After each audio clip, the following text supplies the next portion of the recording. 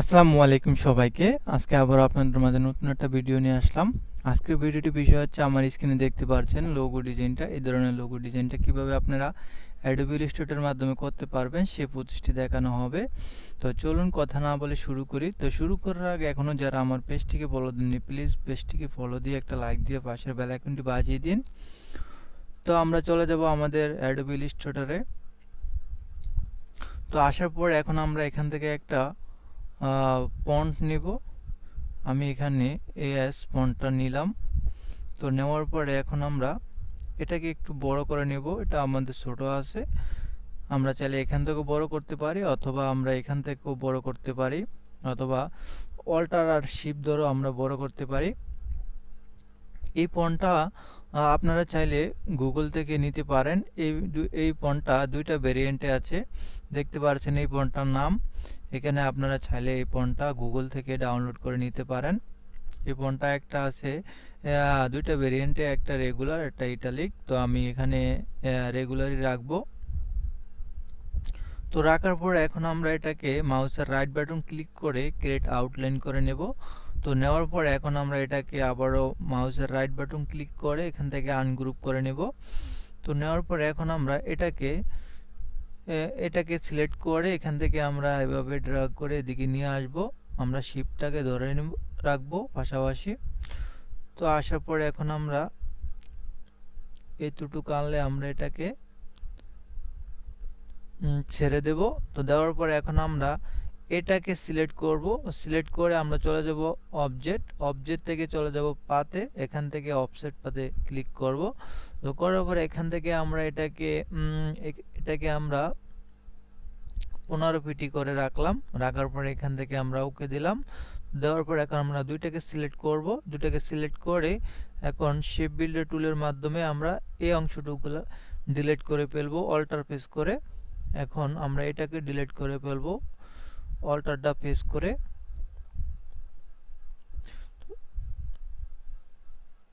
দেখতে পাচ্ছেন আমাদের এই পাশে একটা অংশ আছে, এটাকে ডিলিট করে দিব। এখন আমরা অল্টার ছেড়ে দিয়ে এখান থেকে এভাবে ড্র্যাগ করব। আমাদের এটাকে অ্যাডজাস্ট করে নেব। তো নেওয়ার পরে দেখতে পাচ্ছেন এখন আমরা এখান থেকে এটাকে সিলেক্ট করব। সিলেক্ট করে চলে যাব এখান থেকে কালারে, এখান থেকে আমরা এই কালারটা দিব। আবার এটাকে সিলেক্ট করব, এটাকে সিলেক্ট করে এখান থেকে আমরা এই কালারটা দিব। তো দেওয়ার পরে এখন আমরা এখান থেকে ইলিপস টুলে যাব।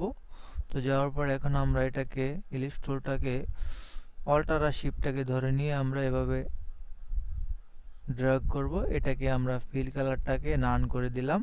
তো দেওয়ার পরে স্ট্রোক কালারটাকে আমরা এখান থেকে 6 করে দিলাম।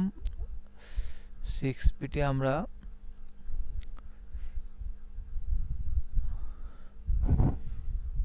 আমরা এখান থেকে 20 পিটি করে রাখলাম। তো রাখার পর এখন আমরা এটাকে একটু ছোট বড় করে নেব। আমরা একটু বড় করে নিলাম। তো নেওয়ার পর এখন আমরা এটাকে একটু আমরা এদিকে নিয়ে যাব। এটাকে আমরা সেন্টার বরাবর রাখবো। তো রাখার পর এখন দুইটাকে সিলেক্ট করব। আমরা এখান থেকে একটু এটাকে ছোট করে নেব। তো নেওয়ার পরে আমরা এই স্ট্রোকটাকে একটু কমিয়ে নিই। তো আমরা স্ট্রোকটাকে এখান থেকে 12 পিটি করে নিলাম। তো নেওয়ার পর এখন আমরা স্ট্রোকটাকে হালকা একটু এই সাইডে নিয়ে আসি।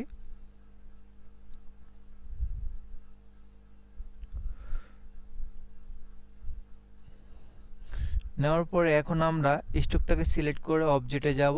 তো যাওয়ার পর এখান থেকে আমরা এক্সপ্যান্ড করে নেব।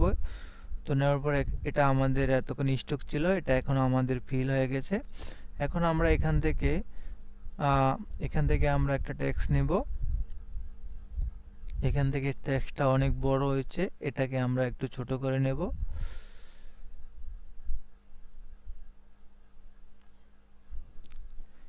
অথবা আমরা এখান থেকে অ্যারো কিতে ক্লিক করে এখান থেকে আমরা একেবারে ছোট করে নিতে পারি।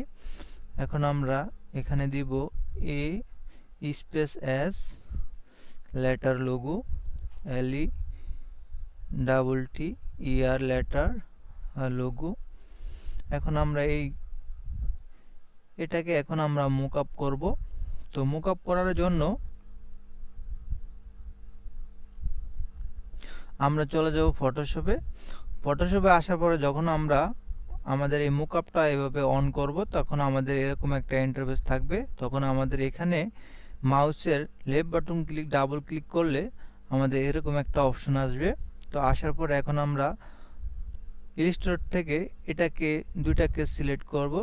দুটাকে সিলেক্ট করে আমরা এখান থেকে এটাকে গ্রুপ করে নেব। তো নেওয়ার পর এখন এটাকে এভাবে ধরে আমরা এখানে ফটোশপে এনে ছেড়ে দেব। তো ছাড়ার পরে এখন আমরা অল্টারটা প্রেস করে একটু এটাকে ছোট করে নেব।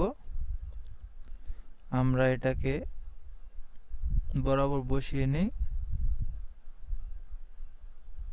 তো বসানোর পরে এখন আমরা এখানে টিকটাকে ক্লিক করে দেব। তো দেওয়ার পরে এখন আমাদের এখানে দুইটা চোখ আছে, নিচের চোখটাকে আমরা অফ করে দেব। তো দেওয়ার পরে আমাদের উপরে যে আমরা যেটা নিয়ে আছি ওটা এখানে আছে।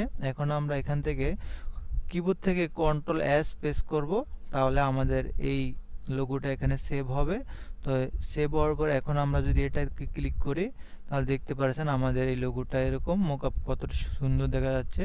আপনারা অবশ্যই লোগো মেক করে অবশ্যই মোকআপ করবেন। মোকআপ করে আপনারা আপলোড করবেন, তাহলে আপনাদের লোগোটা দেখতে অনেক সুন্দর লাগবে। তো আজকে ভিডিওটা এই পর্যন্ত ছিল। ভিডিওটা ভালো লাগলে অবশ্যই আমার পেজটাকে ফলো দিয়ে শেয়ার করে দিবেন। ধন্যবাদ।